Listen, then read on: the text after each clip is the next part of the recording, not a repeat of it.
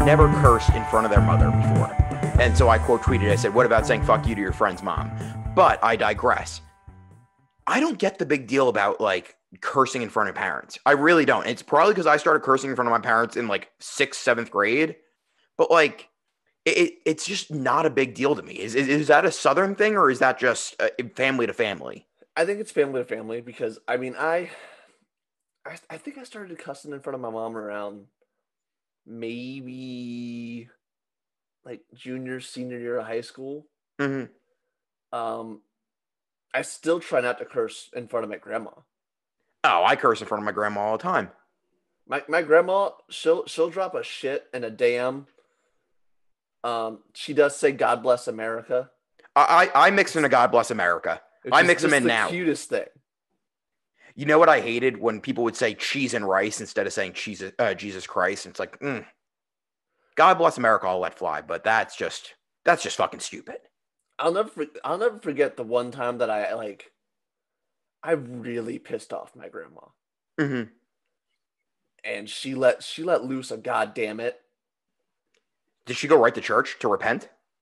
No, my grandma is an absolute badass. Mm-hmm. My grandma she's been sober for probably 40 something years.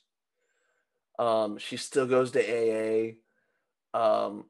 She's driven a convertible since like the 50s. She's just like, yeah. Once you take the top off, you never go back. Right. No, her nickname amongst like my other like my cousins and shit, her nickname is Top Down. It's a lifestyle choice. No bra for her either. No top on her convertible. I'm just going at the Barth family today. You really are. But no, dude, Grandma Pat doesn't fuck around. Grandma Pat was just like everyone loved my grandma. My grandma was so cool. This is the same grandma that I lied to lose my virginity. Hey, look, she knows what was going on. Yeah, and like she's one of the luckiest people I know too. Like she always played bingo Mm-hmm. and always would win like thousands of dollars. Sounds like Grandma Pat needs to hang around KBR a little bit more and try to get us some good juju to get off the ground. Right, yeah. But she's also survived like 3 heart attacks Her because heart is just a tin box at she this used to point. smoke like a chimney. Was it just And Marlboro Reds like cowboy oh, killers? Winston's. Oh, baby. Like $1.99 a pack. Fucking Winston's littered her room. And that there were I remember when like the first time like the first heart attack she had they call like the Widowmaker. Oh, where it clogged up like 4 of the 5 arteries or, Right. passages. Right. So this heart attack happened with my older sister driving her. And Tr- uh, my older sister had to drive her to the hospital. that's that's nightmare fuel. Yeah. So and my older sister couldn't have been more than like 16, 17. She didn't even have a license. She was 13. Your But grandma lit her a cigarette and was like, "Get driving." push the little cigarette lighter in the car. Yeah. Um so yeah, so my grandma, she's just a badass, man. Like she had that first heart attack, and while she was in the hospital, we went into her room because like my grandma, there was no telling my grandma like anything other than cigs inside. Mhm. I mean, she was She basically a frat bro. She was an alcoholic who loved cigs. Yeah, I mean She would have fit in. She probably has done a few shoeies in her day. I mean I if I remember correctly, she was a gin gal. Just aristocrat gin, or was she drinking high class like Bombay? I don't know, but if I remember correctly, she was a gin and tonic gal. That's like Classy. the epitome. Well, I was gonna say a sex symbol back in like the 60s and 50s. Oh, I'm sure she was a smoke.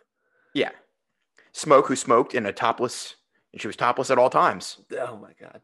Um, but yeah, so Grandma Pat, yeah, so like she was in the hospital and we went into her room to like clean it. Hmm. Dude, the tar that was on the walls and the ceiling, because it's not like she cracked a window. No, no, no, no. Oh no, No, she was fully committed to cigs all the way inside. You open the door and it was like a scene from that '70s show where smoke just billowed out of the room. Basically, like this, like the tar on the walls and on the ceiling was so thick. We were in there with like scrub brushes, scrubbing the tar off the walls. Still didn't get your deposit back, probably. Oh, this was a mortgaged house. Okay. Yeah, but and we spent like a week cleaning her room and like getting her ready because she was. I mean, she had a widowmaker, so Mhm. she was firmly planted in the hospital for a little while, and she quit cold turkey. Like Good for her. she had that heart attack. I was probably 10 or 11. Hasn't smoked a day since then. That's dude, I would not be able to quit. Like that's why I never did like drugs or cigarettes or anything like that. Just I know I wouldn't be able to quit. I would make every excuse in the fucking book not to quit. But also, I feel like our grandparents' generation, they're just a different fucking breed of people. They're just built different, bro. They really are because my grandma used to smoke a bunch. And she's like, yeah, you want to know how I quit? I would just leave the cigarettes in the trunk of my car. And then at night when I would crave a cigarette, it's like, meh, I don't feel like walking outside. It was like, if that was me, Relatable. yeah. I mean, that's also, it's when you're comfortable in bed and you're like, I really need to brush my teeth. It's like, tonight's not going to kill me. But if that was me, I would have cigarettes stashed around the house like a James Bond villain has guns stashed around his mansion. Just like under the light switch, fucking in the bathroom, under the toilet paper, Under the everywhere. bedside table, you just have a pack taped underneath. Yeah, exactly. This is my emergency pack. It's a fucking Virginia Slims. So she quit smoking cold turkey, but you know what she replaced it with? Chewing like sunflower seeds. Root beer candies. Oh, I had an uncle that tried to quit dip, and he just had Dum Dum Pops, and I feel like that's like a very logical next step. Is to get some type of hard candy just to keep in your mouth. She went from like being that old lady that smoked inside and just didn't give a shit to being the old lady that was like, "Do you want some butterscotch?" What, you like a hard candy fresh out of my linty pocket? You're like, I don't think so. But the thing is, though, she didn't just eat any old root beer candies. Tell me it was A&W. No. A&W was beneath her. I thought A&W was the pinnacle of root beer candy. You would think. No. My grandma only sucked on the finest artisan root beer candies made by the Amish. She got it from the Amish. She would buy it in bulk. I was gonna say she would buy 60 pounds of root beer candies at a time. She's buying a pallet and having it shipped from fucking Lancaster, Pennsylvania. Shout out Jeff Nadeau. Even better. She would drive there.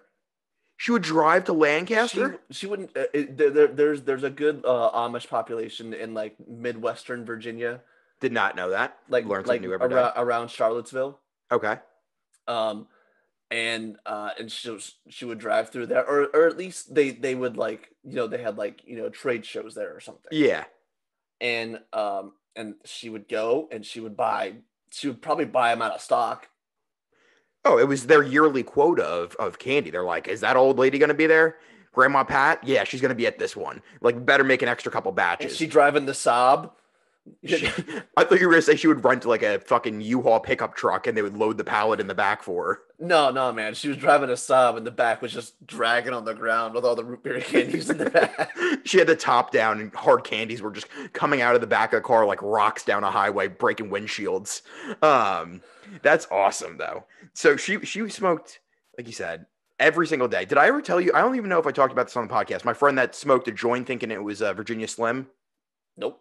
So my friend had a very, very strict mother. And she was strict, but also not strict at the same time. She would let him smoke cigarettes. They were able to drink before they were 21. But other things like for his wedding, strict at all. No, but for his wedding, like little things like this.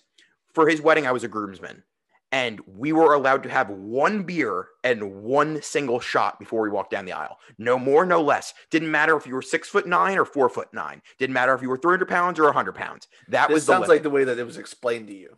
No. It was to 4'9" everybody. or 6'9", 100 pounds, 300 pounds. Oh, one shot, one beer. It sounded like a military because she said, "You're not going to wreck my son's day." And I was like, "Hey, no skin off my back. I don't really like to drink before the wedding. I like to drink during the wedding because I'm always afraid that I'm going to get up there and have to pee. Because it's like playing hide and go seek when you stand up in front of a million people, you immediately have to pee for whatever reason. But anyway, we're back in college. I actually did not go to his house for this weekend. He lived in Tennessee. One of our listeners did go. So they go there. They go to some random party in the middle of the woods. While he's there, the two guys get separated.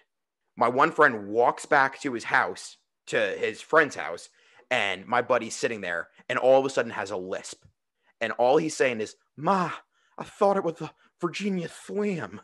And as he says that, pukes all over the wall, like exorcist style, just green shit all over the wall. And his mother goes, "Get in the car, Jacob. We're going now to find this guy." The guy went out, smoked a fucking whole joint by himself when he was already blacked out drunk, was so crossbuzzed, puked everywhere. This friend's mom went to the party, found the guy, confronted him, brought him back to the house, and made him apologize to our friend. Then drove him back and was like, "Have a good rest of your night." So, crazy things. Again, strict but not strict at the same time. I don't know how we got here talking about cursing in front of your parents, but here we are. Here we are. Here we are, folks.